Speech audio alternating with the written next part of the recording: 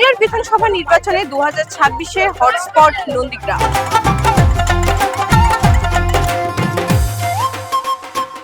একদিকে প্রার্থীরা জোর কদমে প্রচার করছেন, একদিকে ফাঁকা মাঠে চলছে খেলাধুলো। নন্দীগ্রাম কি বলছে? এবারের ভোটে খেলা কোন দিকে? আমরা খুঁজছি কিন্তু সেটার উত্তর। আমরা বুঝি আমাদের মমতা দিদি যে উন্নয়নটা অভিষেক ব্যানার্জি উন্নয়নটা পশ্চিমবাংলায় বা বাংলায় করছে, আমরা ভালো লাগে বলে আমরা দলটা করি। কি হবে জনগণ রায় দিবে, আমরা কি করব? তুমি তো তাদের মধ্যে একজন পড়ো। না, আমি বিজেপি সমর্থক, সেই জন্য আমি কিছু বলছি না। তৃণমূল কত মার্জিনে জিতবে তৃণমূল? তো খাওয়া না করতে পারবো না। মানে কত ভোটে জিতবে বলে মনে হচ্ছে? কত ভোটে জিতবে কমে আমাদের তো না। ভোটের ভাগ বিজেপি বেরোবে। টিএমসির যা দুর্নীতি, যা চুরি, অটোমেটিক দেখতে গেলে বিজেপি বেরিয়ে যাবে। বিশেষ করে সুরেন্দ্রবাবুকে, তার এটা মাটি, তার এটা ভূমি। পবিত্র ঘর হচ্ছে নন্দীগ্রামের ভূমিপুত্র, নন্দীগ্রামের ছেলে নন্দীগ্রামে জিতবে। শুভেন্দু অধিকারী হচ্ছে কাঁথির ছেলে। নন্দীগ্রামে কোনো সুবিধা হলে কাঁথির ছেলে আসবে না, নন্দীগ্রামের ভূমিপুত্র আগে আসবে।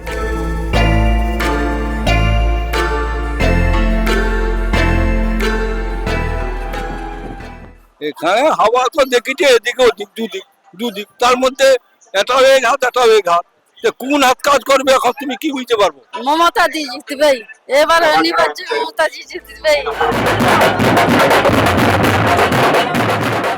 একদিকে বিজেপির প্রার্থী শুভেন্দু অধিকারী, অন্যদিকে তৃণমূলের তুরুপের তাস একদা শুভেন্দু ঘনিষ্ঠ পবিত্র ঘর। শুভেন্দু কেমন দু চোখে দেখছি না, পালারে ওই পালারে ওকে দেখলাম মাটি তালিয়ে মারবো, মাথা ফেটে দেবো। আমার দিদি ছাড়া আর কেউ ভালো না, আমার দিদি ভালো। ও অত বেইমান কাফের, ও আমার দিদির সাথে ঘুরে এক মুখ পেয়েছে, মানে একবার পাশ কেটেছে দিদিকে ছেড়ে দিয়া, দিদিকে ছেড়ে দিয়া ধোঁকাবাজ, চিটিংবাজ। হ্যাঁ, দিদির সুযোগ সুবিধা দেখে মানে আমাদের দিদি ভালো। আমরা দিদিকে ছাড়া কাউকে আমাদের দরকার নেই, আমরা কিছু না দিদি দিলেও দিদিকে চাই। প্রচারের পর কিরকম সাড়া পাচ্ছেন মানুষ? একেবারে মানুষের স্বতঃস্ফূর্ত সাড়া আপনি দেখতে পাচ্ছেন যে একেবারে সাধারণ ভোটাররা এগিয়ে আসছে।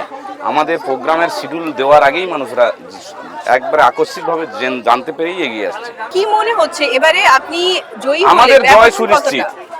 30,000-এর উপরে আমাদের ব্যবধান, লড়াই ব্যবধান নিয়ে চলছে, জয় নিয়ে নয়। জয় আমাদের অনেক আগে, যেদিন আমরা নমিনেশন করি সেদিন থেকেই আমাদের জয় সুনিশ্চিত হয়ে গেছে। এই যে একেবারে প্রচারের শেষ মুহূর্তে দাঁড়িয়ে আপনার বিরোধী রাজনৈতিক দলকে আপনার কোনো বিশেষ বার্তা দেওয়ার আছে? না, বিরোধী দল তার বিরোধী দলের কাজ করছে। আমার দলের যে সাংগঠনিক শক্তি আছে তার সঙ্গে আমাদের কর্মী সমর্থক সাধারণ মানুষের যে উৎসাহ উদ্দীপনা আছে, তার সংমিশ্রণে আমাদের ফল নিশ্চিতভাবে আমাদের জয়লাভ এবং বড় ব্যবধানে জয়লাভ করবে। কি মনে হচ্ছে এই বাজে যদি জেতেন দলের জন্য জিতবেন নাকি ব্যক্তি আপনার? না, দল তো অবশ্যই, দল সর্বোপরি।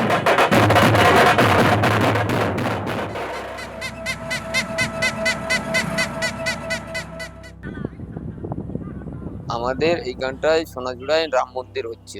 ভোটের হাওয়া এবারে কোন দিকে কি মনে হচ্ছে? ভোটের হওয়া এখন শুভেন্দু বাবুর দিকে। শুভেন্দু বাবু এখানে স্রষ্টা। কত মার্জিনে জিতবেন বলে মনে? 20,000।